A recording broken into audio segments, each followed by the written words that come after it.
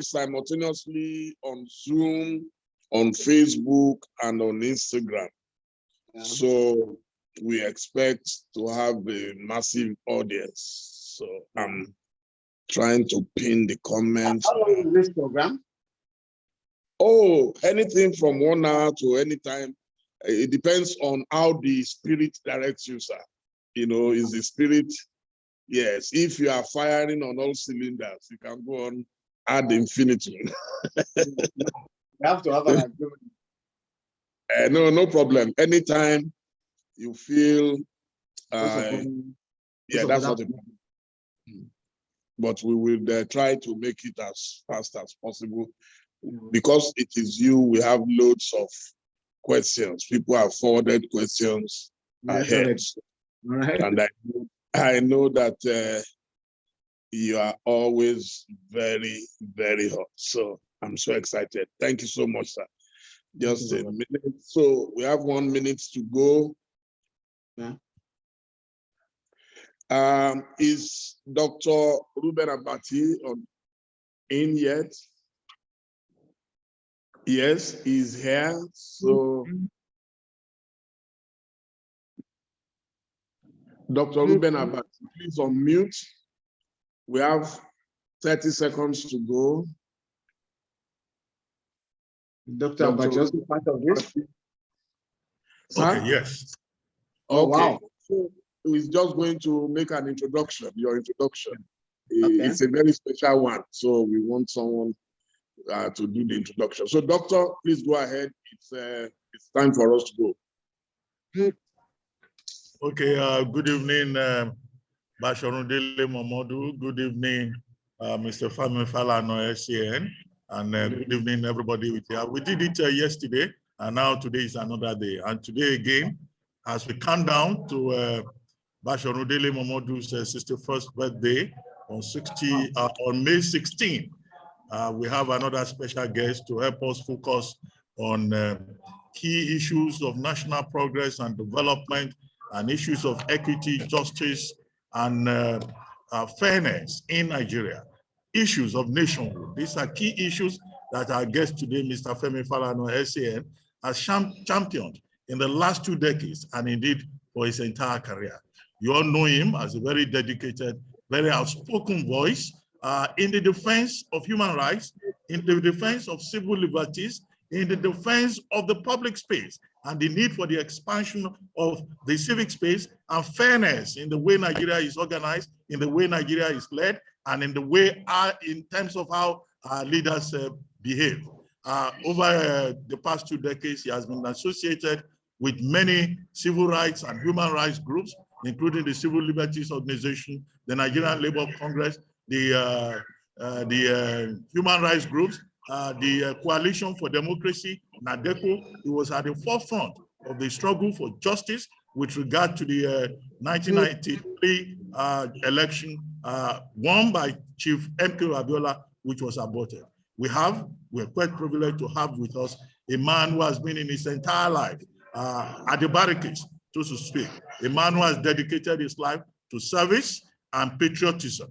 And for this, he has been, he has faced a lot of discrimination, a lot of oppression, particularly from the military, under military rule. And even that has continued in some other ways, both subtle and overt, under civilian rule. But he remains committed, he's not discouraged, and his example, again, in my view, is an example that is worthy of emulation.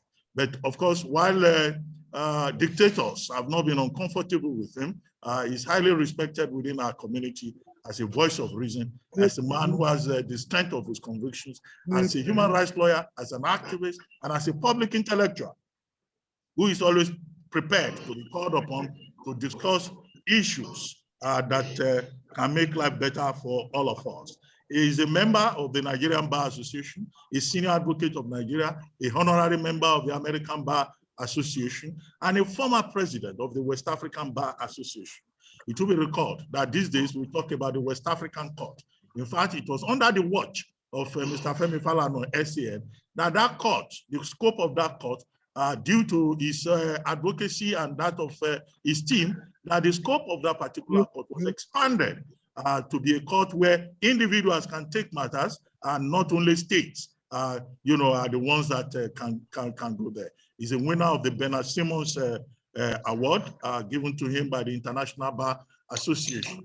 He's also a winner of several other awards in leadership and in advocacy. And of course, he has also dabbled into politics. I think it was in 2007 that he ran on the platform of the National Conscience Party as a governorship candidate in the state. Of course, he won, I guess, because he didn't have money to give to Godfather party member. But he remained the chairman of the National Conscience Party till 2011. And of course, you all know him beyond his advocacy in the public space and his many writings as an author, as a defender of the rule of law. He's also the father of FEMI Falana, the rapper, actor, comedian, and artist, creative artist, and lawyer, who is popularly known as Faz. Mr. FEMI Falana shares something in common with our host, DELE MOMODU. They were both born in the month of May. When we celebrate Chief DELE MOMODU on May 16, on May 20, that will be the birthday of FEMI Falana SAN. As you all know, he's from Ilawe, Ekiti, where he attended primary school and also, in fact, attended a seminary. And then later, he went on the Obafemi, or University of Ife, as he then was, now Obafemi Awolowo University. And he graduated in 1981 and was called to the bar, the Nigerian bar, in 1982. He worked in the chambers of Alawa Kabashonu, another, you know, very famous hero in Nigerian history. And I guess it was there that Mr. FEMI Falana cut his teeth as, you know, as an activist. And since then, he has remained committed. He went on to establish with his wife his own chambers, known as Falana and Falana Chambers, under which auspices he has taken a lot of pro bono cases defending human rights. Either it is the Oguni case, which he defended successfully, leading to Shell being sanctioned, or the case of Jones Abiri, who was in detention for more than 5 years, and FEMI Falana SAN was able to win that. Most recently, he's been involved in the case of Omoyele Sowore, and all of us must have been seeing him in court, you know, defending human rights. And of course, he's a very prolific writer also. He has about 4 books to his name, and he's a regular commentator on local and international affairs. So we're quite privileged today to have Mr. FEMI Falana SAN in our midst. And on behalf of all of you, I would like to welcome him. And I look forward, as you also look forward, I believe, to a very exciting and engaging session. Knowing Mr. Falana, as we all know him, is a man who does not know how to pull the punches. He says it as it is. So let's just sit back as I hand over back to DELE MOMODU. Thank you, Dr. Ruben Abati, PhD. Thank you so much. You are also a lawyer, and I really appreciate you. That was a fantastic, fantastic introduction. Let me quickly add that I knew and I met this great man, Mr. FEMI Falana SAN, in Ife.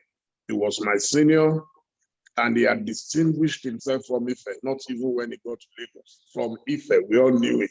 He was that radical. There were 2 people I would never forget in those days, himself and Mr. Dapo Oloruyomi. I mean, I saw so many books with Mr. Dapo Oloruyomi. He was one of those who influenced me to read it. I'm sure he doesn't know this, but it's good for us in this public space to put those accounts and records straight. So thank you. Also, when I contested the presidential election in 2011, Mr. FEMI Falana SAN was my chairman of my party, and I want to thank him publicly for his spirited efforts, because even in that small party, we could have had problems. Maybe I would have been cashed out of the system, but he made sure that everything went smoothly. Thank you, sir. And I would like to fire the first one. And it's a speech that I would want you to recollect. And then I would ask the question. Fellow countrymen, the intervention of the military at the end of 1983 was welcomed by the nation with unprecedented enthusiasm. Nigerians were unified in accepting the intervention and looked forward hopefully to progressive changes for the better. Almost 2 years later, it has become clear that the fulfillment of expectations is not forthcoming. Because this generation of Nigerians, and indeed future generations, have no other country but Nigeria, we could not stay passive and watch a small group of individuals misuse power to the detriment of our national aspirations and interests. So, do you remember that speech? For sure. And if you do you think Nigeria has made appreciable progress since that time? And if so, this is why you think we've made progress? And if not, how do you think we have made progress? Well, thank you very much, Dele, as you're finally called in our circle. And I thank Dr. Ruben Abati for the introduction. And I want to say that I'm delighted to appear in this program. And with respect to your first question, yes, I would say that Nigeria has not made appreciable progress. Things are in fact getting worse by the day because of the fact that there is grinding poverty all over the country, which has recently led to young men and women taking arms against the state. And that has made it impossible for our country to make progress. People can no longer go to their farms. People can no longer do business in the country. People cannot move freely in the country. This certainly was in the country that Nigerians had bargained for. The ruling class, the members of the ruling class, representing all the ethnic and religious persuasions in Nigeria, have grinded the country to a halt. For me, a crisis has been compounded by the uncritical embrace, uncritical acceptance of neoliberal economic policies dictated by the IMF and the World Bank. Oh, you must devalue your currency. Fraudulently through dollarization of the economy. Oh, they are not going to announce devaluation. But what is going on is to devalue the currency through dollarization. Secondly, Nigerians have lost hope in the country because of certain political decisions of the government. It's lack of a sense of belonging because of lopsided appointments and divide et impera tactics of the government. So young people are disenchanted generally, and they are now embracing all manners of criminal activities. Whereas for young generation of mine, and particularly for many of the guys in government, we had dreams, we had hopes when we were leaving the university. Today, the dreams of our young people have been shattered. But for me, we cannot continue to lament. I have no business with agonizing. I prefer to organize. And this is my recommendation for Nigerians.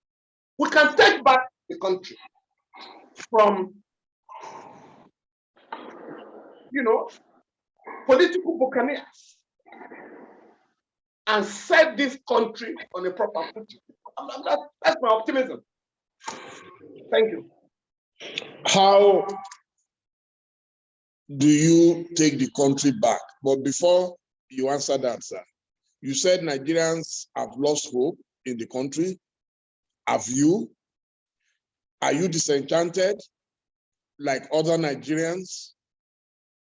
And if you still believe Nigeria can be taken back, what are the concrete steps that will make it happen in a place where some people feel superior to other Nigerians, where a professor who calls himself a Fulani man every day is ranting and saying the governors are talking rubbish, they need to consult them before governors can take decisions? Do governors need to take decisions after consulting someone else? Well, thank you very much. I am perhaps angrier. I am more disenchanted by the majority of Nigerians.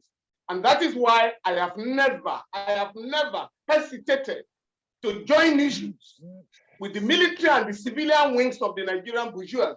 I fight them. I heard the statement of Professor Usman. For me, I think it was a very tragic, development. Because with profound respect to him, his statement is grounded in morbid ignorance.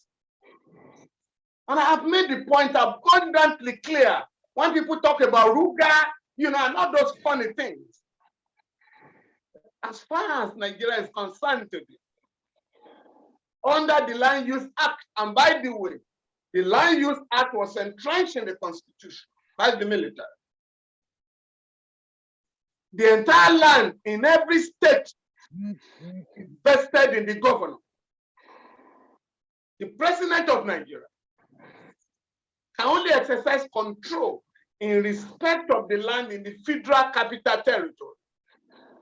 Outside Abuja, outside the FCT, the president cannot decide what happens in respect of the land in any other state. So for anybody to say, out of what I would call gargantuan ignorance, to say, oh, a governor will have to consult headers before saying, you cannot engage in night grazing, open grazing in my state. That right has been vested in the governor, exclusive. And so for me, I simply dismiss such provocative statements because they cannot be justified in law. And now that the governors have made their pronouncement, and I have advised them, you must walk your talk by proceeding to mobilize the respective houses of assembly to enact appropriate legislation, so that we now know, as a person who sing, who wants to know who owns the land, That's my response to such the statement credited to the professor. Yes, I'm still waiting for your response as to the concrete steps towards reclaiming Nigeria. The concrete steps is that we have to get organized. And I think we saw a bit of that last year when young people decided to say no to police brutality. The type of organizational capacity demonstrated by young men and women all over the country, I think it's a lesson for Nigerians that we can, if properly mobilized, take the destiny of the country in our hands. In other words, we have to get organized. We have to get Nigerians to exercise their franchise so that they can take the country back. Unless we do that, once you leave politicians to professional politicians, you're not going to get it right. And we must also encourage our people to choose and pick among the candidates. We must also ensure that political parties are forced to embrace ideology. Because that, since the Second Republic, it has been difficult to have political parties in Nigeria organized on the basis of ideology. We must go back to that era. Sir, we have the time on our hands. Sir, yeah. You entered the University of Ife ahead of me. I came in 1978. Yeah. And that was the year of the Ali Must Go. Yes. We have been organizing since then, since Ali Must Go. I was one of the pioneer champions. But Nigeria is getting worse, to use your word. Don't you think your recommendation of people organizing is like treating cancer with paracetamol? No, for me, we haven't really organized. I mean, just imagine what happened a couple of days ago.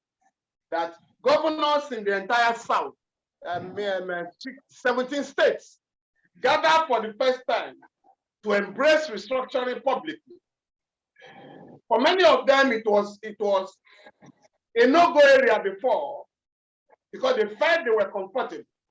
But now that they are being faced with agitation for the balkanization of the country, oh, they are now compelled to say, oh, don't break it up. We can restructure the country. We can put an end to lopsided appointments. We can have state police.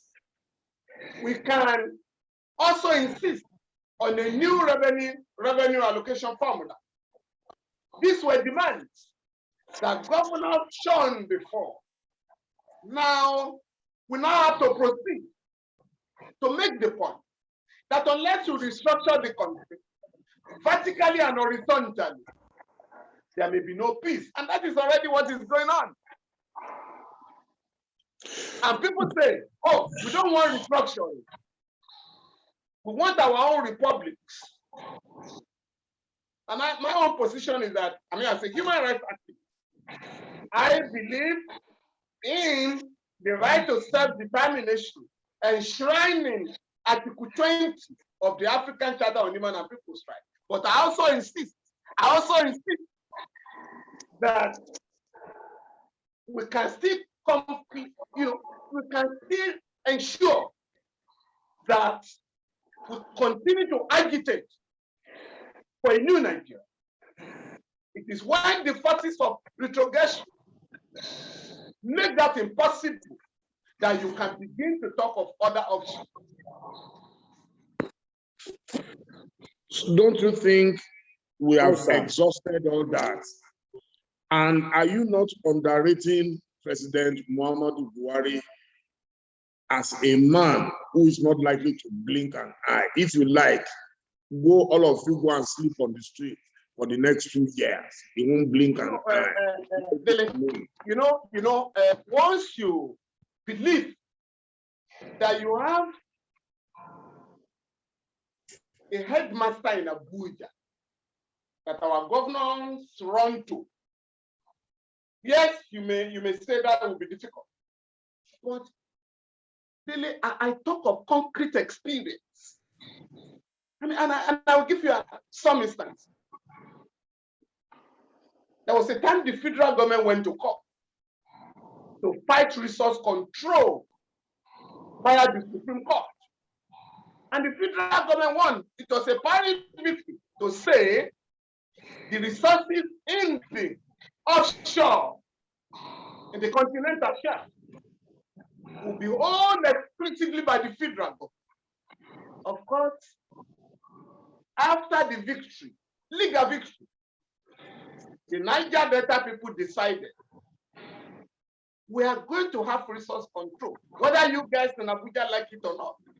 And there were actions in the Niger Delta that forced the Olusegun Obasanjo administration to rush a bill to the National Assembly, abolishing the onshore-offshore dichotomy. That's number one. Number two, the federal government criticized Governor Keredolu when he gave a quick notice to headers in Ondo State. You either register or you quit. Oh, the presidency roared like a lion. How dare you? And I came out on that occasion to advise the president to be cautious. And that you should stop giving the impression that the federal government is a pro-header government, and that by virtue of the forestry law of Ondo State, section 42, anybody who trespasses on a government reserve is liable to be prosecuted, and if convicted, it's 5 years imprisonment, no option of fine. Of course, there were other developments that forced the federal government to announce later, oh, sorry, governors, it is your responsibility to control the forest in your state. The third one, the governors in the Southwest, a couple of years ago, decided to have Amoteku as a way of, responding to the mindless killing of our people and raping of women by, criminal elements parading themselves as headers. And what happened? The federal government came out as usual. Oh, I think the Attorney General. Oh, no, you cannot do it. Security is in the exclusive legislative list. Defense, police, and so on and so forth. Again, I came up. Mr. Attorney General, you have the ISBA police in the Northwest, and you have the civilian JTF in the Northeast. How can you say that other regions cannot have their own security network, service? And it was at that stage that the federal government said, okay, you can have Amoteku. The Eastern governors now have met to say they are going to have their own regional network. In the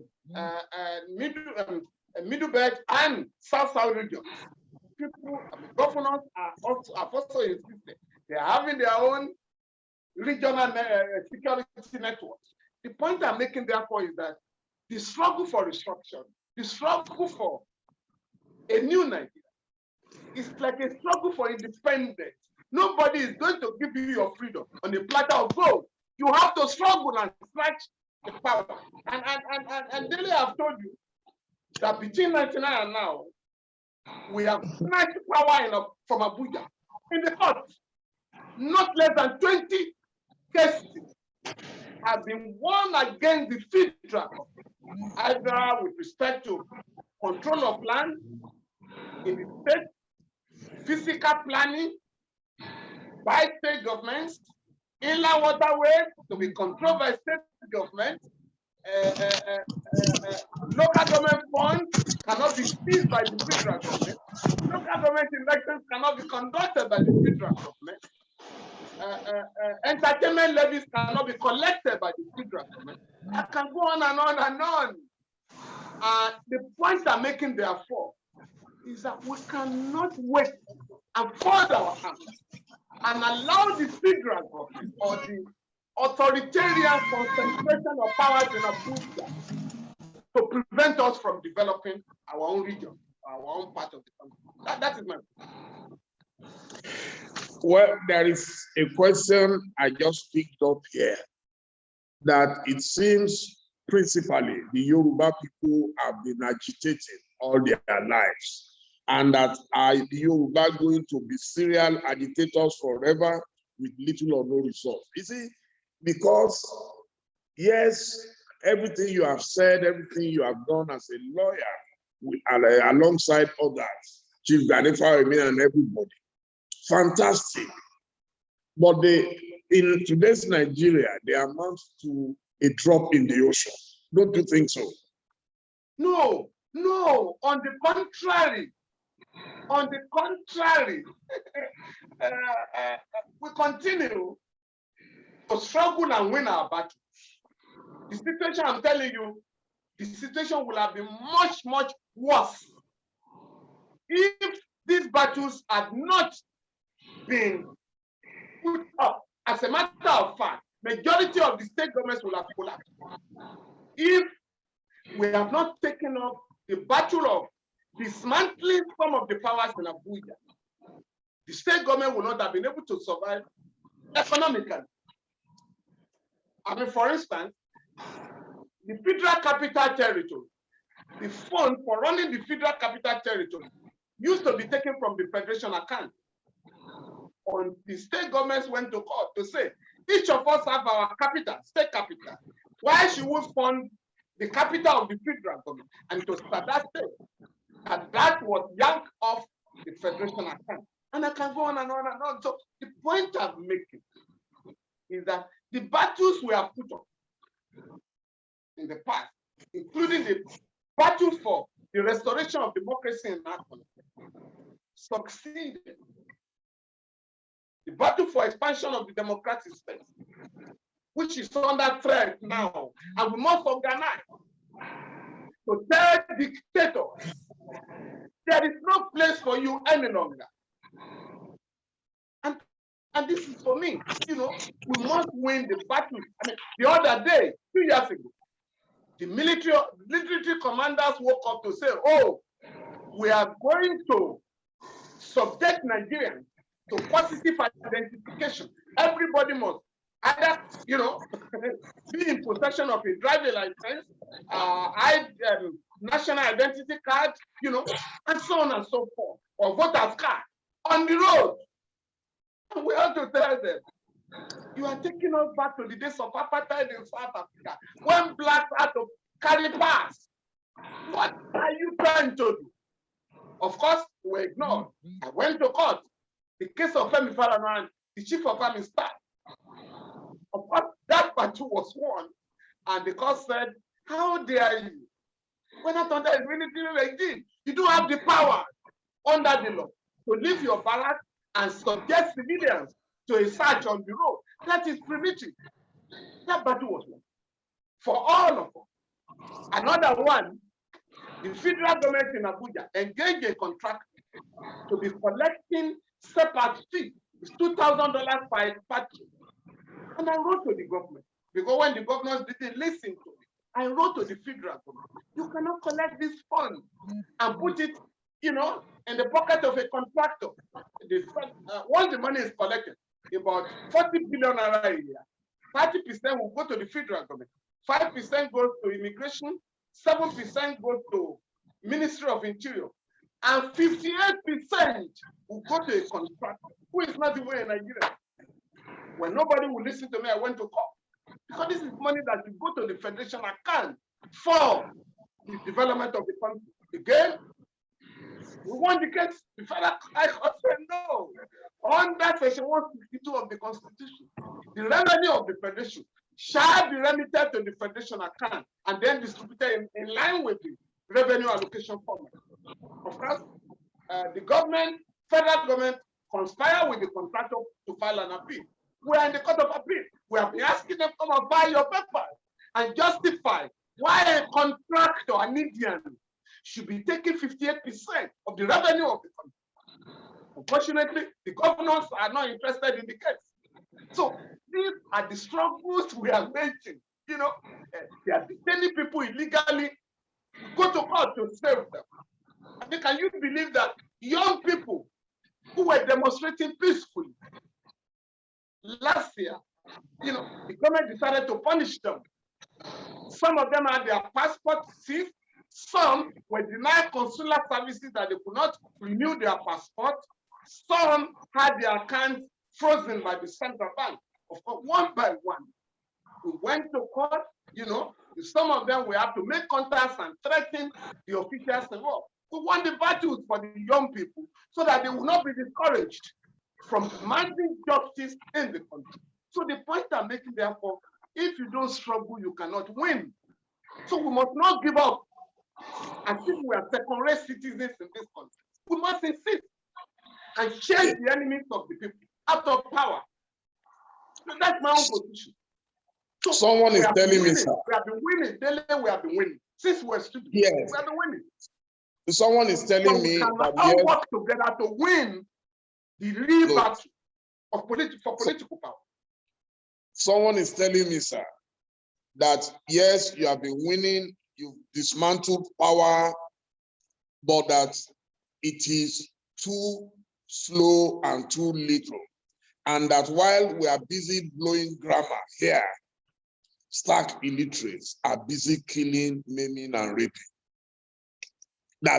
So can you legislate against killing? Have you been able to do anything against the killings of the people? Can the court stop herdsmen from killing? Did you hear that, sir? Legislate against what? Killings. Can we legislate That against can you go to court and stop murderers from murdering? Stop rapists from raping people? Stop kidnappers who are obviously being protected by some godfathers? So can you go to court? Yes, you can go to court and free someone who demonstrated, but that the problems of Nigeria today are beyond the court. Dele, sorry, Dele. Okay, I can take it again. Hello? Hello, sir. Yeah, I was having some interventions or interruptions. Please, can you come again? Whether we can legislate against one. Someone is saying that yes, you have been winning cases, you have been dismantling power, but it is too slow and too little. And that while we are busy blowing grammar, some illiterates are busy killing, maiming, and raping. So what power do you have as a senior advocate of Nigeria? Can the judiciary, so can you go to court and say, stop herdsmen from killing my people? Can you go to court and say, stop them from kidnapping and taking ransom, going to Kaduna to keep students in the forest? Don't you think, yes, you are winning some cases, but there are cases that you cannot win, and they border on life. Yeah.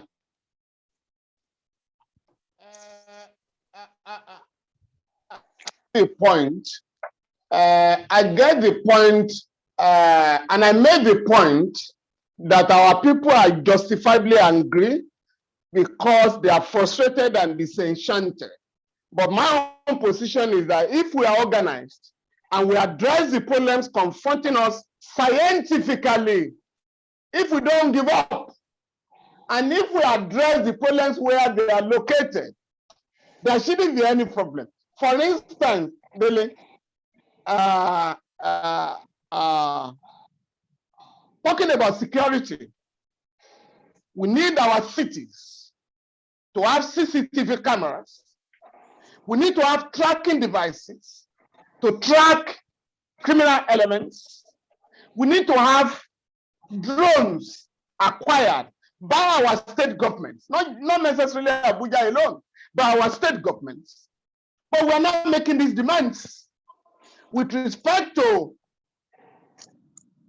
kidnapping and the rest of them, when the Ibarapa situation became terrible this year, my comrade, Femi Aborishade, who is also from that part of Oyo State, and I discussed, and we decided to go to court, suing the Oyo State government and the federal government, and praying the court to compel them to increase security in that part of the state. Even though the case is still in court, that has been done. And that has led to reduction in the number of attacks. But we are also suggesting, we have also given suggestions to the people on ground, which I can't say here, on how to defend themselves. But we are the best people to defend ourselves.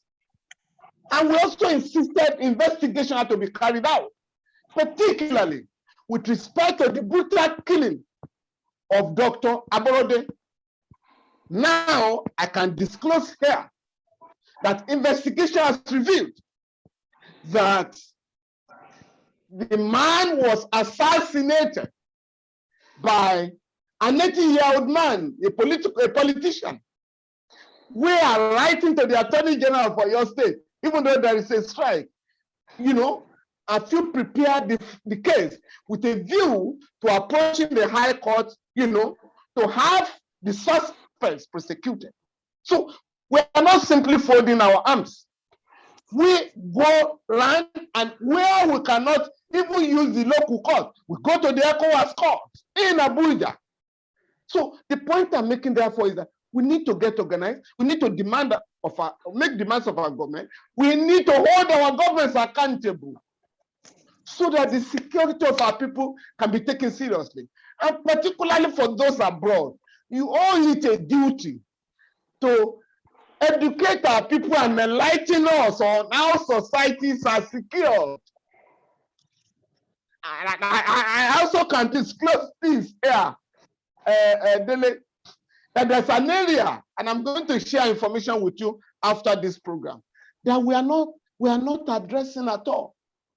It is the increasing wave of ritual murders in the Southwest by native doctors. People want to make money. They are not asking for ransom. They are using body parts for juju. A shrine was recently invaded in Osun State by the police, and they found 48 human heads. You are aware of Badu, in the Ikorodu, and many of them. So again, we're asking the police, you make this arrest all the time. Where are these guys being prosecuted? And all of us must ask the question so that dangerous criminal elements are not unleashed on the society after they have been arrested by the police. Sir, Yeah. Sir, Yeah. I have another question. There are many questions waiting. Yes, please go ahead. Yeah. This person is saying Amotekun, that you mentioned Amotekun. Yeah. But Amotekun is not strong enough to even achieve much, because even when they arrested herdsmen and handed them over to the police, they are usually released, or they say there's an order from somewhere. So how can you have an Amotekun with Shakabula bombs against those AK-47? No. I hope you heard again. Yeah. That again. People are carrying Shakabula guns. No. You know what that means? Shakabula guns. Again,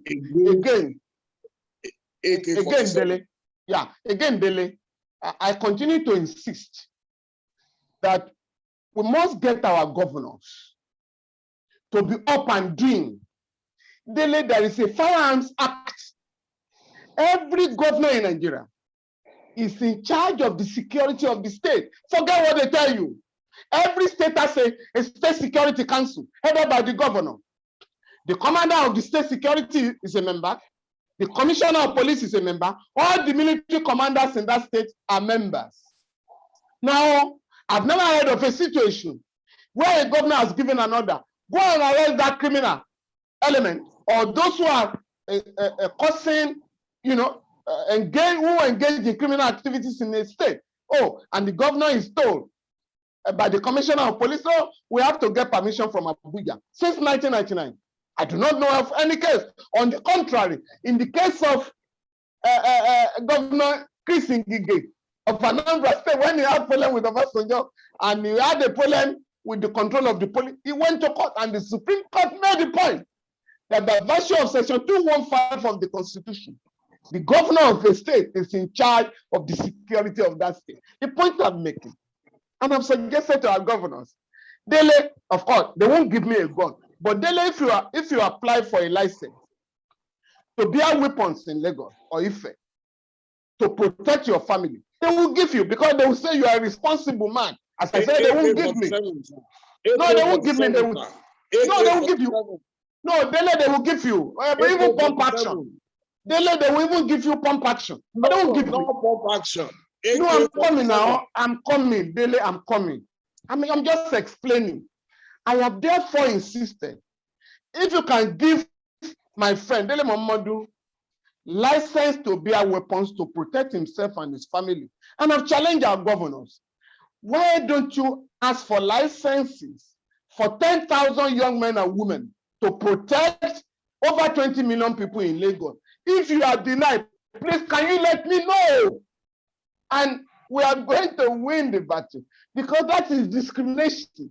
If you can give about 500 people licenses to carry guns in Lagos, why will you not allow, as our people will say, you know, there is equality before the law. So the point I'm making, today, whatever anybody may tell you, the Amotekun sharps, within the limits of their capacity, are doing very well. All that is left is for our governors to take the next necessary measure to arm them. And let us know the person. Let me know who will say that we should go and confront AK-47 bearing people with bare hands. That is asking people to commit suicide. So that's my own solution to that. And we must join our governors, all of us, you know, who are very active on the internet. We must now join our governors. We must push our governors not to risk the lives of young men and women. I mean, I went to defend soldiers who were charged with mutiny. And what was the offense of the boys? They said, no, we cannot fight with empty hands. These Boko Haram troops are armed to the teeth. Of course, and I said, the money meant for procurement of arms have been diverted by a coterie of generals. The boys were convicted, 58 of them, another group of 12, they were all sentenced to death, 70 of them. But we now have to write to the authorities. We don't want to embarrass you. This is where the money meant for procurement of arms have been stolen and diverted. So you must leave these boys. Oh, if we leave them, that will create a dangerous precedent. What we are going to do is to commute their death sentences to 10 years. Half of them will be out tomorrow. The rest will be out in August. So the point I'm making therefore is that there is no way a sensible person can ask an Amotekun or any other neighborhood watch person in Lagos to go and confront AK-47 bearing people with bare hands. So, and that is why we have given advice. And to the best of my knowledge, some of the governors have taken the advice to arm the Amotekun people. Oh, yes. What is your... Please, Udele, if you know anybody, I beg you, if any of the listeners know any situation where headers or kidnappers were arrested, and because somebody made a call and they are released, please, if you know any situation, let us know. The human rights community, I can assure you, will take it up. We'll take it up. Thank you, sir. Yes, I said, what is your attitude to self-defense? What does the law say about, about self-defense? Okay. And what is your view on the Eastern Security Network? No, by virtue of Section 33 of the Constitution, the right to life is guaranteed, but it's also there that if you use reasonable force to deal with anybody who wants to take your life or your property, that will not be, it cannot be said to be an offense under the law. Both the penal code and the criminal code recognize the right to self-defense. Oh yes, that is the law. And with respect to the Eastern Regional Security Network, I have commended that, just like the Amotekun initiative, and Abuja can no longer ask state governments not to defend their people, since the police cannot cope with respect to maintaining internal security in our country. No, the Eastern Security Network is not owned by government. It's a private. I thought you were talking of the. No. It's Again, a private initiative. The one of the IPOP.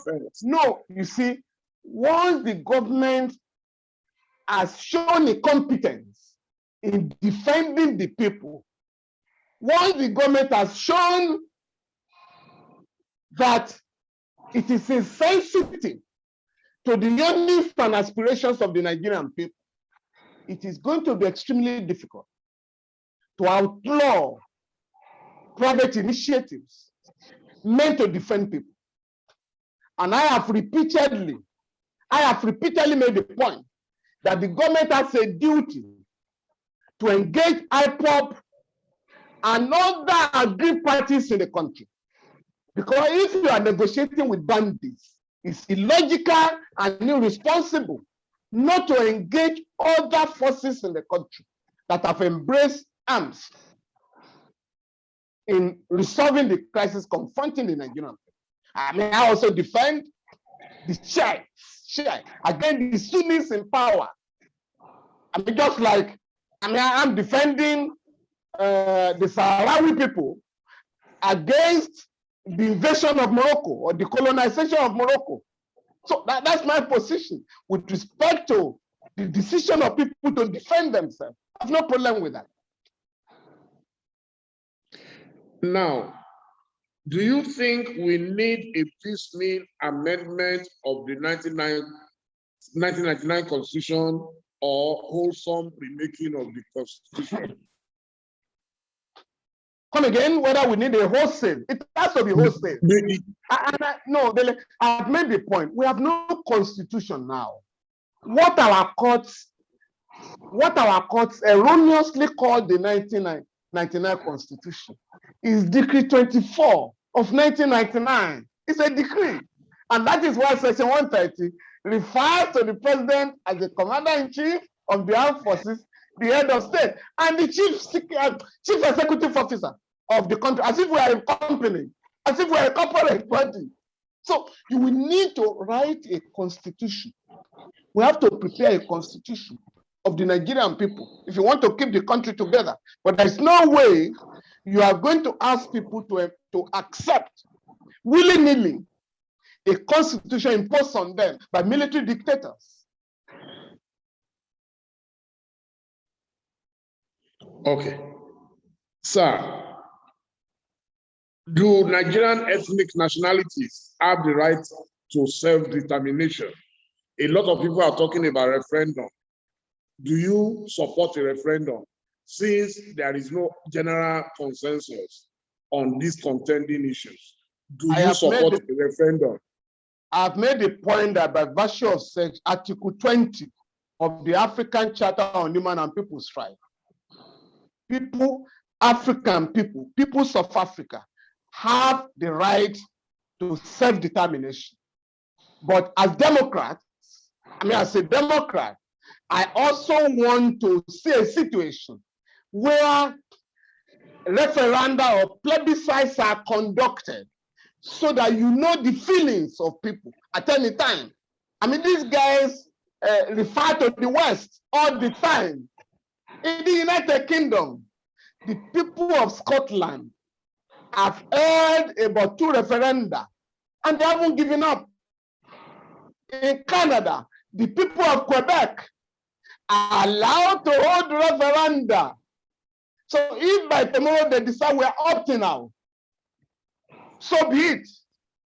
But to say we're not going to do justice in the country, we are going to continue with lopsided appointments, we are going to concentrate major powers in the center without restructuring, you are of course inviting anarchy. You are asking people, it's a case of to the intent of Israel. So, and that is why I continue to blame the authorities in Abuja for pushing Nigeria to the extent of asking for their own republics. So those who want a country of their own will have to conduct a referendum or a plebiscite among their people to decide whether they want to remain within the entity called Nigeria or they want to go. And what are the processes and procedure? Well, the processes are not, I can tell you, because the demand for the breakup of the country is not recognized by the Constitution. And so the referendum you are talking about in the Constitution is limited to state creation and local government creation. But if you want to beg the mood of a people, there are ways of doing that. And people have the right, in this age of the internet, to devise means of finding out what our people want. That's my own position about it. They are not going to allow you to say, oh, we want to have a referendum under the Constitution, it's supposed to be conducted by INEC. So the system will not allow INEC, to say, to go and conduct a referendum whether any section of the country wants to separate or not. Again, that should be part of the struggle. The National Assembly is going around now, I think 28th and 29th of this month, asking for views of people with respect to the amendment they are proposing for the Constitution. Again, that's an opportunity to say, you must amend the provision for referendum in the Constitution because it's too restrictive. It cannot be limited to only creation of, local government or states. That's my approach to it. So, therefore, is referendum not a road closed? No, it's an extra constitutional matter. It's an extra constitutional matter. I've made it clear to you. The writers of the Constitution, the drafters of the Constitution, never envisaged that Nigerians are going to be demanding for separation. And so it is not incorporated in the Constitution. So if you are making the demand outside the Constitution, you also cannot be talking of solutions in the Constitution. So it's not a closed road. Again, it depends. If you wait the struggle sufficiently, whether you have a referendum in the Constitution or not is another matter. I'm currently defending quite a number of the leaders of Southern Cameroon fighting the Anglophone area, fighting the Francophone area. 2 years ago, the federal government of Nigeria, contrary to international law, expelled about 50 of them from Nigeria and handed them over, to President Paul Biya. They were taken to a military court. We challenged their removal from Nigeria, and we are using the judgments we obtained for them to have the trial nullified, before the UN Human Rights Committee. So the point I'm making, therefore, is that at everything is for a people to decide what they want. But if we are going to expect this Constitution to set out provisions of a referendum, no, you're not going to get it. And I'm not sure any amendment of the Constitution will allow that. But people will have to determine how to get their people to resolve what they want for themselves. Someone is asking that is it not contradictory if you already agreed that there is no constitution in what we have at the moment, and yet the people are not able to change what one or two people sat in a room under the military to compose? No, it wasn't one or two people. They had the committee headed by the late Justice Nikki Toby, that recommended this constitution for the military. I can't say a contradiction there. I am saying what you call the constitution now is a decree enacted or promulgated by the military and imposed on us, and that our courts have called it a constitution, and that there are limitations in that constitution. And so if you are fighting, if you are making demands outside the constitution, you can't go to that constitution. for the solution to the problem. And there's no illogicality there. So if you are demanding the constitutional law envisage that anybody will be asking for separation. So if you are now asking for separation, you must also go outside the Constitution. And that's the point I'm making. Now, Pa Ayo Adebanjo and Professor Banji Akintoye and many others are insisting there should be no elections until some of these issues have been resolved. What would be your attitude to a call for election boycott? What I have said elsewhere is that scientifically, with the way things are going in the country, I cannot see the possibility of holding an election in 2023. Nigerians may have forgotten that in 2015, the election was postponed for 6 weeks because about 14 local governments had been captured by the insurgents.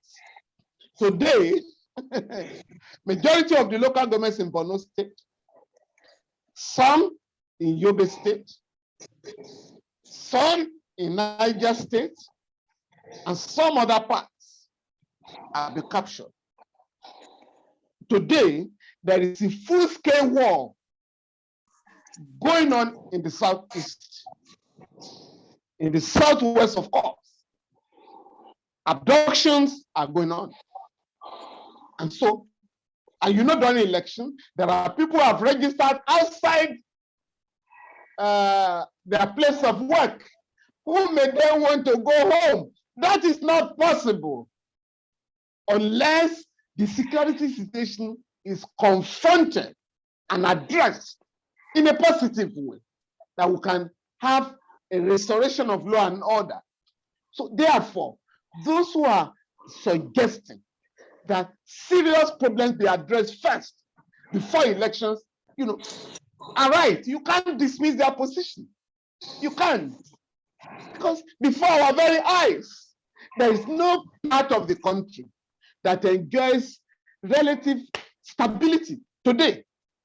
And for that reason, you can't be talking of elections.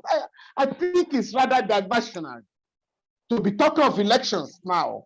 Which elections? Majority of people can no longer go to their farms. Some of the farmers register in their farms. So how would they vote? School children are being kidnapped, including primary school people. We've never had that in Nigeria before. So the atmosphere is not conducive for elections. Sir, someone is asking that, don't you think you'll be playing into the hands of those who don't want to quit power if you say there will be no election? So what happens? I am not saying there should be no election. I'm not saying there should be no election. I am saying I can't see the possibility of holding elections if the security situation is not addressed. And under the constitution, there is a limit. You can stand for 6 months, but cannot go beyond 6 months. You know, and that's what they are put in their constitution. What happens if there is a follow-up to that? If Buhari then declares a state of emergency, and then he gets... You see, at that stage, you have to look for solutions outside the constitution. Oh yes, because the constitution never envisaged that the country will not be able to transit, that a regime will not hand over power to another one. What the constitution had said, like the last time, because bandits have occupied a part of the country, let's extend the election for 6 weeks. The constitution has fixed a maximum period of 6 months. The constitution never envisaged that after the 6 months, the war may continue. And so that is why I'm saying you then have to think of solutions outside the constitution. So you can't just have a regime without renewing its mandate. It becomes a military dictatorship. And that is why yes, but all Buhari have Nigerians the have to power? begin to demand now for the resolution of the ongoing crisis, so that the government in power will not take advantage of that provision of the Constitution to say we are extending our tenure by 6 months because we can't hold elections under this situation. And that is why we still have almost 2 years ahead. The crisis must be resolved now. If it is not resolved, does Buhari have the legal possibility, chance of elongating his stay in power? No, there's no such provision. There's no power. No, I'm not talking about provision. When you declare a state of emergency, that is outside the Constitution. No, you can't declare a state of emergency outside Section 305 of the Constitution. Just limited. You cannot. But if it so happens, we've said it many times that some things No, the Nigerian people will have to take their political destiny in their hands. If you have a person in power who was not elected or whose term of office has expired, he cannot continue to govern you. No, how would you challenge the commander-in-chief, sir? Who controls the military and everybody? No, Dele, you were part of what we did, against the military. Even when Abacha and others roll out the tank, we insisted, you guys have to go. But they didn't go. And when they were killing people on the streets of Lagos, I can see some of those who are throwing questions. They simply ask people, sit at home. When we were in jail, young people, organize our people in the country. Again, you saw a bit of that last year, that young people have the capacity to organize our people, to make the country ungovernable. But what I'm saying is that to avoid anarchy or to avoid playing into the hands of the regime, we must now begin that campaign for a speedy resolution of the security crisis. Sir, Abacha did not leave of his own free volition. What? So why are you so convinced that anybody would leave voluntarily when there are provisions that make it possible for him to remain in power? If there is no election, you can't ask Buhari to go. Now, you can't force him. You can't force him. The power of the people can force any dictator out of power. And that is going on in different parts of the world. It has happened in Nigeria before. A dictator said, I am only stepping aside with a view to stepping back to power. But Nigeria said, no, I never came back to power. No, but others took power and became worse. So what? Others took power from Babangida and some of one of them also expired. Even when Sani Abacha said he was going to be the only candidate. But you know what happened at the end of the day? He was removed so that the country would not go to a war. Oh, yes. Anyway, that's, well, someone here, I saw a comment from someone who said, that is Dele's mindset. That's not my mindset. People are sending questions. Somebody said in this country that 1976 was not realistic. After 9 years in power, it was removed. The contradictions in the system will remove a dictator in Nigeria. Particularly a very unpopular dictator. You are going to be shut down. Don't underrate the capacity of Nigerians when provoked to react appropriately. Someone is asking, why don't you want to be a part of the Yoruba liberation movement? Why what? Why don't you want to be a part of the Yoruba liberation movement?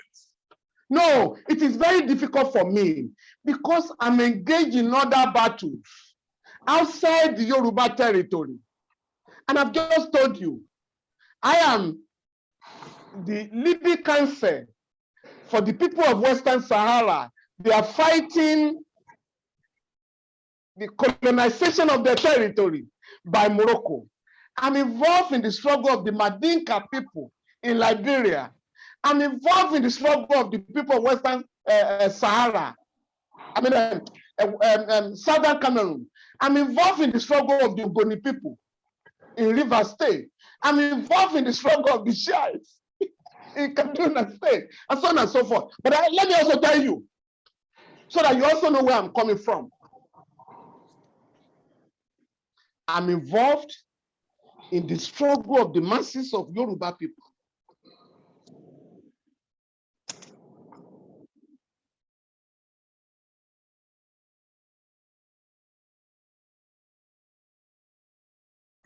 I am the challenge that 98 people were killed in Lagos in 1 week during the NSAS protest, and we are demanding justice for them. I'm also supporting the lawyer, Hussein Afolabi, who is challenging the killing of 4 young people in Ogbomoso during the NSAS protest. I am also involved in getting justice for the families of the 6 people that were killed by the military last November in Nikiri. And I can go on and on with respect to other struggles being waged by the masses of our people in Yoruba land, and the workers, you know, women, physically challenged people, and so on and so forth. No, so I am involved. I am involved in this daily struggle of our people. But until I conclude some of this struggle, it's going to be difficult to limit myself. But that is not to say that I do not recognize the right of people to self-determination. So if I recognize the right of the Moroccan Sahrawi people to self-determination, or the Ogoni people, or people of Southern Cameroon, you know, how will I say that I don't recognize the right of Yoruba people to self-determination? So people have to understand my position, you know, that the totality of my life is dedicated to the struggle for justice. There is another question. For instance, about lopsided appointment. I don't just engage in issuing statement. With respect to lopsided appointment, President Buhari dissolved the National Human Rights Commission in November 2015, and we have been pressurizing the regime to reconstitute the body. So recently, a list of about 60 members were sent to the National Assembly, and I saw that the list was full of lopsided, and I had to write to the Senate. You cannot approve this list. If you do, we are going to court. And the Senate saw, you know, the seriousness of the letter, and they saw that the facts could not be contested. Oh, they are first a committee now to look at it. So all of us have to insist. I mean, I've just seen a list now of the National Security Council, and that body was discussing the affairs of the Southeast. And out of about 12 members, not a single person from the Southeast were taking it up. Because under the Constitution, the president has the power to co-opt people so that all the regions are represented. So that's my position for now. Thank you, sir. There is a question here. Do you think the Igbo still have a stake in Nigeria? For me, every part of Nigeria has a stake in Nigeria. And we have to struggle to ensure that every part of Nigeria is represented in the government. Section 14(3) of their constitution provides that the government of Nigeria, and does not mean the government of Abuja alone, local government, state government, shall be constituted in such a way that there is a sense of belonging by all the people of Nigeria. And that is the position of the constitution. And there is also a Federal Character Commission Act that provides for equitable distribution of political posts and amenities.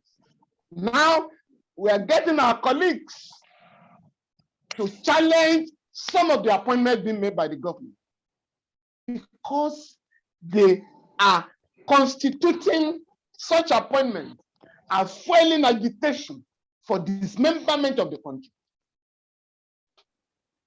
Because you cannot justify, appointing people from one section of the country. No, to the exclusion of others.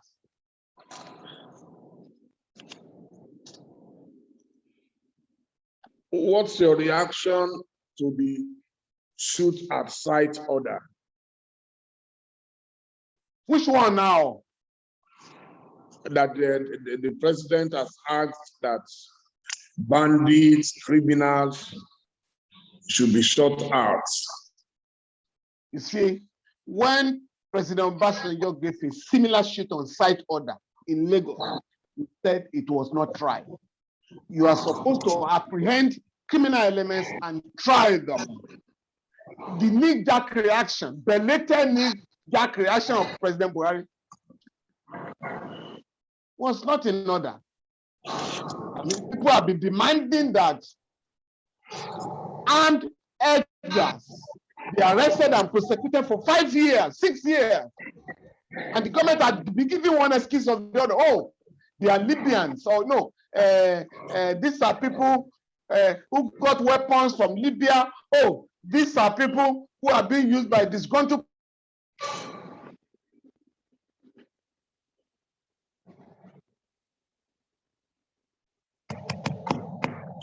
internet politicians and so on and so forth. Let our state government be organized in a way that those who are armed are arrested and prosecuted. That is the law. And we have done it before. In Ondo State, those who kidnapped Chief Falana were successfully prosecuted. And we have done it. I mean, somebody was arrested in London. And the policeman called me, Oga, we have arrested a dangerous kidnapper. And if care is not taken, it's likely to be extrajudicially executed. And the evidence will be suppressed. And I simply issue a statement commending the police for arresting this particular criminal suspect. But the public will not want to hear that he was shot dead while trying to escape. So, and that was how the suspect was not killed. And I called the Attorney General, please, can you ensure that this guy is charged? And of course, the guy is undergoing trial, and the evidence that have oozed out of the court is simply unbelievable. So for me, I believe in arresting and prosecuting criminal suspects. And we must insist that this country is operated under the rule of law and that our states are operated under the rule of law. That's my position. Now, someone is asking that under President Goodluck Jonathan, many of you went on the streets and protested. So is it that President Buhari has not seen enough that you are not on the streets? No, we have been on the street. It is a question of whether Nigerians are ready to join us. You can Google. Falana demonstrated against insecurity. We did that last year. And we are planning one for the 29th of this month. And we are currently mobilizing across the country. We were to have a major one in September. Unfortunately, last year, Labour were supposed to have a joint action with the labor movement on the eve of the strike and the general protest. Labour went to the government. So it takes time to mobilize. But this time around, we're having a major protest on May 29th against insecurity in the country. The other question is... And we hope those who are asking questions will join us wherever they are. They are listening to you, sir. Yes. the issue of Boko Haram, do you agree with those who are saying they don't think the president is very enthusiastic about waging a war against people he considers his kinsmen? I'm not sure the president is enthusiastic about anything. Whether you're talking about waging war against economic saboteurs or whatever, it's the same attitude. Nonchalant, lackadaisical attitude, you know. I wouldn't want to see that way, because the Boko Haram phenomenon is a tragedy for Nigeria. Here is a country whose armed forces are beloved, commended by the United Nations for contributing to peacekeeping operations. Armed forces that have restored law and order, democratic rule in Liberia and Sierra Leone. You know, so you ask yourself, what is going on? But since the Boko Haram crisis started in 2009, successive regimes have failed to address the prosecution of the war on terror. The armed forces are ill-equipped. The troops are not motivated, and that is why we have had these problems. And unfortunately, Nigeria and South Africa disgracefully refused to prevent the invasion of Libya by the West, because both countries were members of the Security Council at the material time. They simply abstained from voting. So the West descended on Libya, and unfortunately, Gaddafi had the largest armory in Africa. So as soon as Gaddafi was killed, you know, the armory was looted and weapons, you know, moved out of Libya. Quite a number of the weapons, you know, ended up in the hands of Boko Haram fighters. What a country like Nigeria have done, just like our experience in Liberia and Sierra Leone, anything to go by. Nigeria ought to have bought off those weapons. Unfortunately, here we are. So for President Buhari, he only relies on briefing by service chiefs, unlike the practice of a president paying unscheduled visit, even to the battlefront, to be briefed directly by the soldiers, to address the soldiers, motivate them. But that is not going on in our own case. And that is why it does appear that the sect is having an upper hand. The Vice President, Professor Yemi Osinbajo, is your friend and colleague. Do you think if he was more empowered, maybe the Buhari government would have been more successful? Well, you know, I'm a lawyer, I deal with evidence. I don't engage in conjecture or speculation. And so I don't want to show preference with respect to, I see a government as a government. I'm very reluctant to single out any individual in that government. So it's for me, we have to talk of the Buhari administration. Yes, the question. So I don't want to engage in, well, if somebody had been empowered, whether I would have done more, that's in the realm of speculation. Yeah, the question, sir, is based on the fact that there was a stark difference when the president was away and the vice president was able to act. So the question is coming from someone who is saying he believes the president looks tired, he needs to re-energize, and he has people within his government who can help him, but he believes they are not being used. And It's starting from the vice president that it was clear that the vice president was hands-on while the president was away. Well, that is true that in 2017, when the vice president acted for the president, there was a movement, But for me, yes, but essentially, the entire government is run on the basis of neoliberal economic policies. If you are saying that one person may be able to run the program much, much better and faster, yes, you may be right. But for me, ideologically, I see the government as one and the same. Defending the interests of imperialism. How you adjust to do that is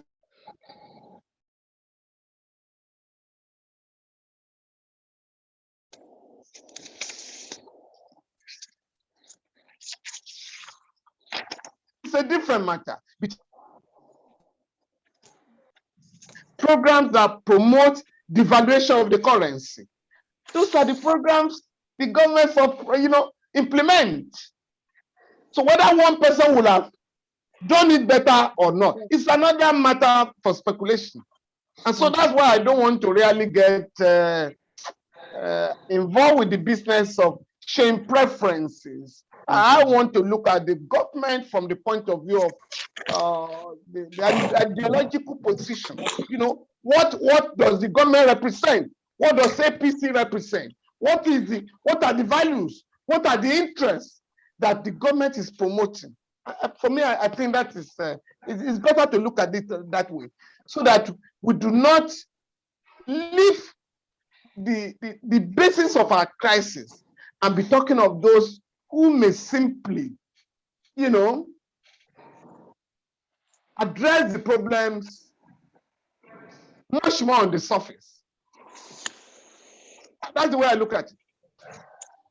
Sir, if you were to meet President Buhari today and you are able to influence him, what are the concrete steps you think he should take immediately? I had already called on the National Assembly to move to impeach the president. So if I had my way, I will advise the president to resign, because he's overwhelmed by the crisis confronting the country. And I'll simply advise him, to resign. Yeah, that would be my advice. Because once you're unable to address the security of the country and the welfare, which according to section 14, subsection 2, subsection B of that document, it's well clear that the security and welfare of the people shall be the primary purpose of government. If you cannot address either the welfare of the security, so on what basis are you in power?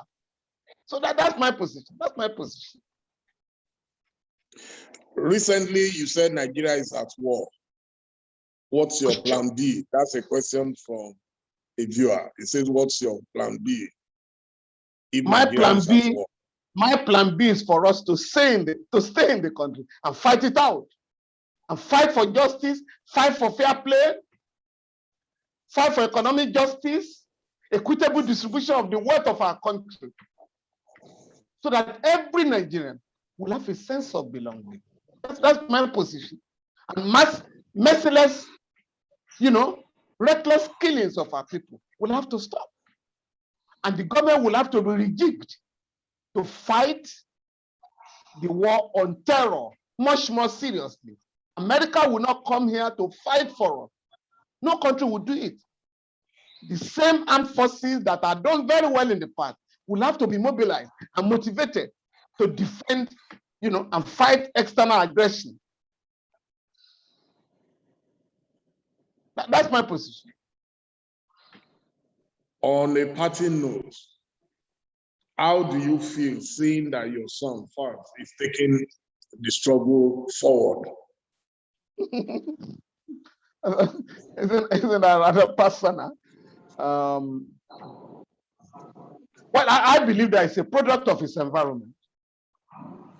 It's a product of his environment. And it was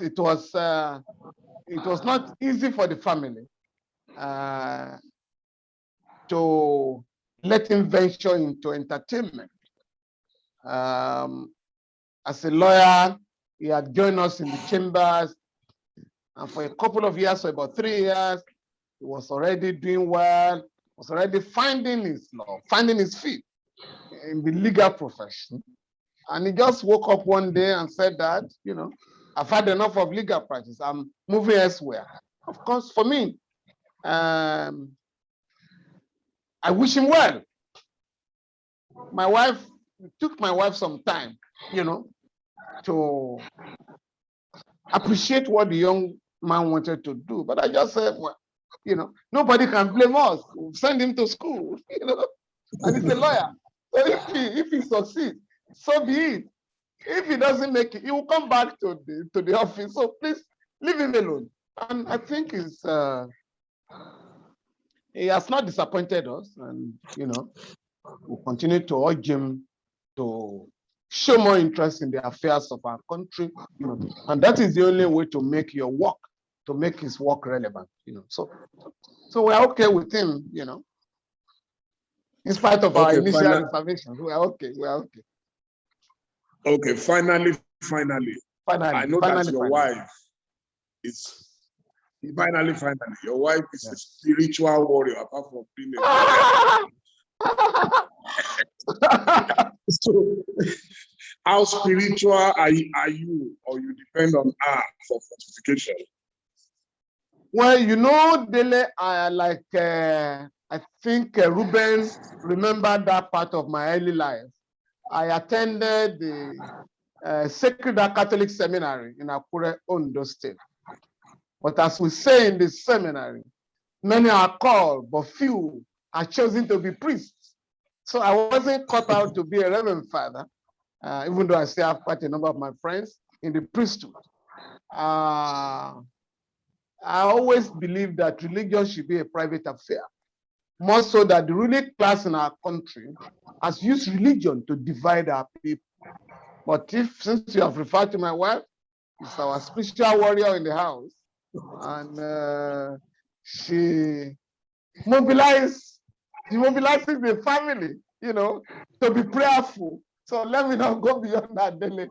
Thank you very much. Thank you very much. My warmest regards to mommy. Please extend my love to her always. Thank you very much. Thank you so much. Dr. Ruben Abati, I'm sure is waiting to round it up for us. Thank you, sir. Thank you for joining me. Thank you very much. My pleasure. Thank you, sir. Dr. Ruben Abati, PhD, please. I hope you are on standby.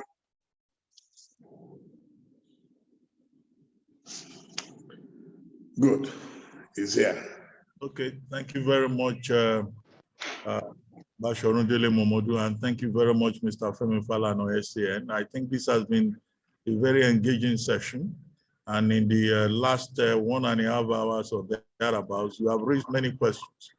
And I paid particular attention to some of the comments by some of the participants, and I could see that, the issues you have addressed, there are issues really, also judging from the participation, issues of great concern to Nigerians. But for me, I think there are a number of takeaways. The first is that, look, there seems to be a consensus that Nigeria is not working, and that as Nigerians, we have not learned from the past. Then should we lose hope? Yes, you pointed out that Nigerians are disenchanted, but we should not lose hope. We should not agonize. Instead, we should organize. And I think that is the main emphasis here. You cited the example of the NSAS protesters of last year and various other interventions we've been involved in the past as a way of trying to get Nigeria on the right path. Some of the commentators thought that old strategy may not work again, and they kept pressurizing our guests to point out what exactly needs to be done. And you really gave a number of examples how the law, the courtroom, can be used as an instrument for indeed correctly and justifiably promoting the cause of justice and for ensuring equity and fairness in the community. And particularly about 20 cases that you said in recent times you have had to, take up with regard to many issues, either it's inland waterways or it's land or it's, issues of transparency and accountability. Now, security was a big issue in our discussion this evening, and particularly with regard to how security is a big problem for Nigerians. And in this regard, you made a number of points, particularly with the fact that there is herders, farmers conflict in the country, and open grazing, and particularly the objection to the position of the southern governors. And you put up a very robust defense, not just for the southern governors, but for all governors within the purview of the Land Use Act. Now, when you quoted Section 1 of the Land Use Act, I was waiting patiently to see what you would say, because, curiously enough, Professor Usman Yusuf, whom you referred to, was also quoting the same Land Use Act, the same Section 1, although he's a scientist, a hematologist, I think, saying that, look, the Land Use Act should be respected and governors in the South should reserve land for people who want to graze cattle in the southern part of the country. Well, you dismiss that as monumental ignorance. Well, I don't know if Professor Yusuf gets to see this conversation. Maybe we debate that Section 1 of the Land Use Act with you, even if the thing obviously speaks for itself. But I'm joking in that regard. And then, of course, people then ask, what do you think can be done about security? And I like the point that you made about the connection between technology and security. How we need to do a lot more in terms of deploying drones, in terms of putting CCTV cameras, in terms of using tracking devices. Well, CCTV cameras. The same Nigerians that we probably want to protect will go and remove those CCTV cameras. The same way they are removing rail bars, the same way they are removing, street lights, which is part of the contradiction that we deal with in this country. Even as leaders try to help the people and find solutions, you find the same people themselves sabotaging the Nigerian state. That may be accounted for by the trust deficit that we have to deal with, but that's the way it is. Now, another issue of interest from the comments from participants is the right to self-determination. And you made that point about how Article 20 of the African Peoples and Human and People's Rights recognizes the right to self-determination. But you then added the caveat that, well, you don't believe in secession, even if you believe in self-determination. You believe that a new Nigeria is possible, which was another theme that came out yesterday in our conversation. Okay, what should be done? Should we try to rescue Nigeria, redeem Nigeria, or should Nigerians just go to their tents, go Israel? Now, I mean, some people are against that. The way is to just, dismember the country and let each person go their way. But, your optimism is that the country can still be rescued. But if it is not possible to rescue it, if the forces of negativity in Abuja cannot, be rescued from their own delusions and impunity, then, of course, it may become inevitable. But later in the conversation, the issue was then about referendum, whether there should be a referendum or a plebiscite. And you provided enough food for thought in that regard with all that conversation about whether the 1999 Constitution provides for a referendum for secession, which you say no, it's not part of the Constitution. But those who want to take that part will have to adopt, extra constitutional approaches. But you raised the point about people's power. Yes, I don't think anybody can argue with that. And then there was a lot of talk about the Constitution, whether it is the people's Constitution. And you were insistent that we need a new Constitution because what we are operating at the moment is a Decree 24 of the 1999, the people's Constitution. Then again, another big takeaway for me is a point about federalism. How Abuja, the center, cannot constitute itself into some kind of, secret society dictating what should be done in other parts of Nigeria. And I'm sure, of course, that many people will agree with the point about the need to restructure, to make Abuja less autocratic, to make the president of Nigeria and other persons at the center less monarchical than they appear to be at the moment. There was some point about self-defense. And then, of course, you defended that the people under Section 33 of the 1999 Constitution have the right to defend themselves if they are threatened using reasonable force. But what constitutes reasonable force, nobody can immediately determine that. And then you were put on the spot why you are not part of the Yoruba liberation movement. In other words, why are you not those people? Your internet. My internet? Hello? Your internet. Yes. We can hear you. Yes. Okay, but I'll soon summarize. And then you were asked the point about why you are not part of the Yoruba liberation movement. And you made it clear that yes, why you support masses across Nigeria and also in Yoruba land, you are involved in many other efforts to defend the rule of law and justice and equity elsewhere, in Ogoni land, in Morocco, with the Sahrawi people, with the Mandinka people, in Gambia, and in other parts, of Africa. I think on the whole, the big takeaway for many people will be your recommendations about this administration. I think you were, very straightforward that this administration has not performed. It has not been able to deal with the challenge of security. And if there's insecurity in Nigeria, we may not be able to hold elections in 2023. And the people must be insistent on ensuring that that is not used as an excuse to derail the democratic process or further constrict, the democratic space, and that you had recommended to the National Assembly to impeach the president. And that if that does not happen, then the president should feel obliged to resign forthwith because his primary responsibility under Section 14 subsection 2 subsection 3 of the 1999 Constitution is to ensure the security and welfare of the people of Nigeria. And if he's unable to provide that, then of course he has no moral justification to remain in office. Well, I don't know whether that is going to generate further controversy after this. But, I would like to say that I've enjoyed this very much.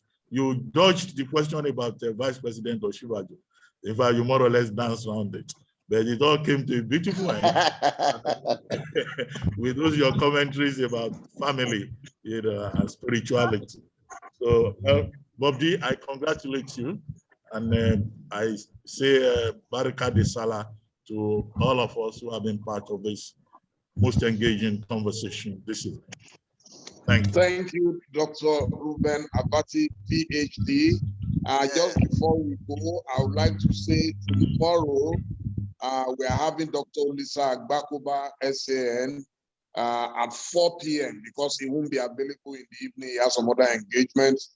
4 p.m. If you're able to join us, we'll be live simultaneously on Zoom, on Facebook, on Instagram. If you miss it, we always record. So just go to our platforms and you'll be able to watch real time. Then on Saturday, for those of us who say, oh, we don't like the Fulani, we are bringing a very fine Fulani gentleman, very, very fine. Senator Shehu Sani will be with us at 8 p.m. on Saturday, and trust him that he will do justice to all your questions. I'm looking forward to the engagement. So pray for me. Sunday, I'll be 61 by the grace of God. And this is my own way of celebrating it. We don't have the wherewithal to do parties and no one there at this time. So we thank God for life. And then let's do something for our country. It's very important. Mr. FEMI Falana, SAN, I don't know if you want to give us any parting words before we close finally, sir. Well, thank you very much, Dele. I also thank Dr. Ruben Abati for the wonderful summary he has done. I only want to thank all the participants and to reiterate the point that I respect the feelings of people, I respect the wishes of people, but I also advise that we need to get organized, and not agonize over the affairs of our country. Thank you very much for this opportunity. And I hope to engage further, and see how we can move this debate forward. Again, as I said, I would like people who have concrete complaints with regards to criminals who may be let out by the police or any other agency to let us know, and I'll be willing to take them off, you know. And anybody who is also fighting for freedom. There's some people protested in Abeokuta last week, and the police arrested them. We also had to follow up and ensure that they were released, you know, even though they were fighting for self-determination. And I made it clear to the police that I'd had to go to court before to beg Buhari, I mean, his party, to challenge, you know, disruption of their rally by the police. And so you cannot detain our people who are protesting for freedom, and the police released them. So I assure you, you know, if you have any problem, let us know with the police or the armed forces. We'll be ready to offer our legal services pro bono publico. Thank you very much. Thank you very, very much, sir. God bless you, our dear participants. You've been more than wonderful. And I'm looking forward to you joining us again tomorrow, if you can.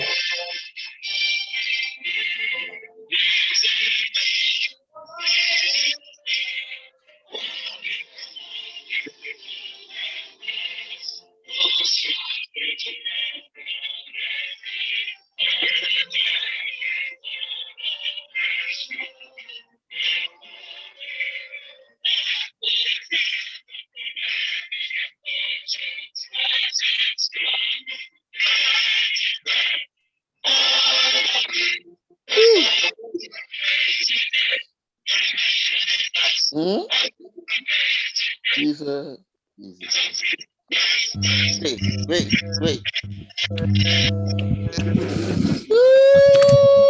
Happy birthday, Mr. Dele Momodu.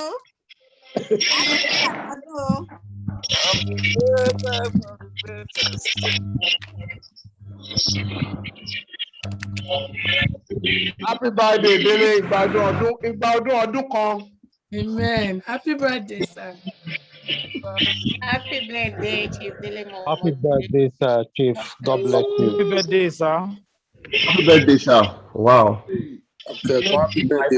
Happy birthday, sir. Blessing. In Jesus' name.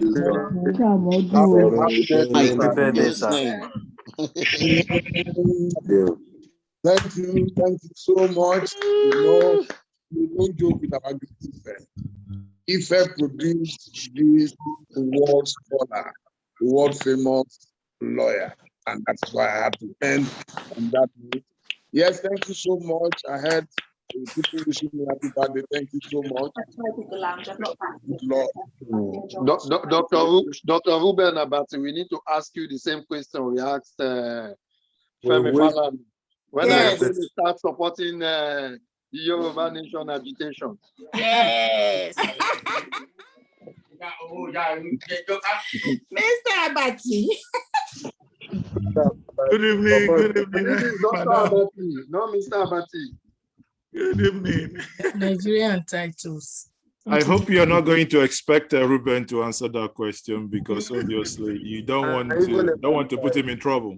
I think it should be a private question too. Okay, no problem. We will drill him. They probably won't allow you to sleep tonight if you answer that question.